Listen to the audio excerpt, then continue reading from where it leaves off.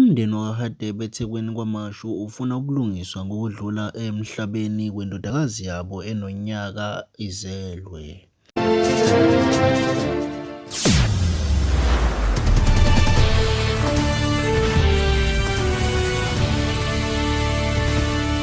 Lesilethu Kuhle TV sekubingelela noma uyaqala ungena ku-YouTube channel yethu ungakhohlwa ukuncofoza usubscribe ukuze sikwethulele zonke ezingenayo. Kanti ezingenayo zithi umndeni wakwaHadebe eThekwini endaweni yakwaMashu uthi ufuna ubulungiswa kwesinye sezitolo ezinkulu. Konke lokhu kulandela emveni kokudlula emhlabeni kwendodakazi yabo enomnyaka owodwa izele kanye nokugula kwamalunga omndeni agcwale esibhedlela emva kokuba edle igrosa ebithengwe kulesi sitolo. Kanti u-Anthony Hadebe uthi usehambe kwaze kwancama ezama ukulandela lolu daba, kepha izimpendulo azinikwa isitolo lapho athenga khona le grosa okubala khona noPolony asola ukuthi yiwona waba nenkinga, azimgculisi izimpendulo azinikwa isitolo.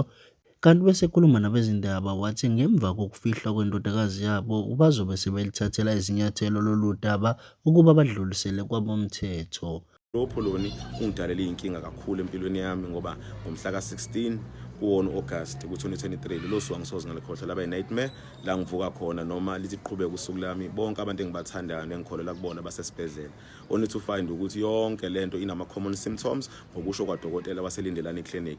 Mangibuyele emuva ngiyocheck into nabayisebenzisile because igross engabuya nayo yonke kwake yaka Shoprite, so wayikho into kwake yangaphandle. Masivula izinto ilast double khona uPolony wonke ke sesuvula because uPolony mawuvula awukwazi ukudabula konke ngoba uzoba dry, usika phezulu kwaplastiki bese uyawuvala ngendlela ongawuvala ngayo uphinde ubeke safe. So sawudabula ke la sibona khona ukuthi wonakele kakhulu. Mas check i-date uthi wona uthi u-expire next year u-2024. So ngabuyela khona ngathola imanager yakho eBread City ka Shoprite David Kwabe wangitshela ukuthi unfortunately ngiyangisize ngalutho ngaphandle kokubhala i-email.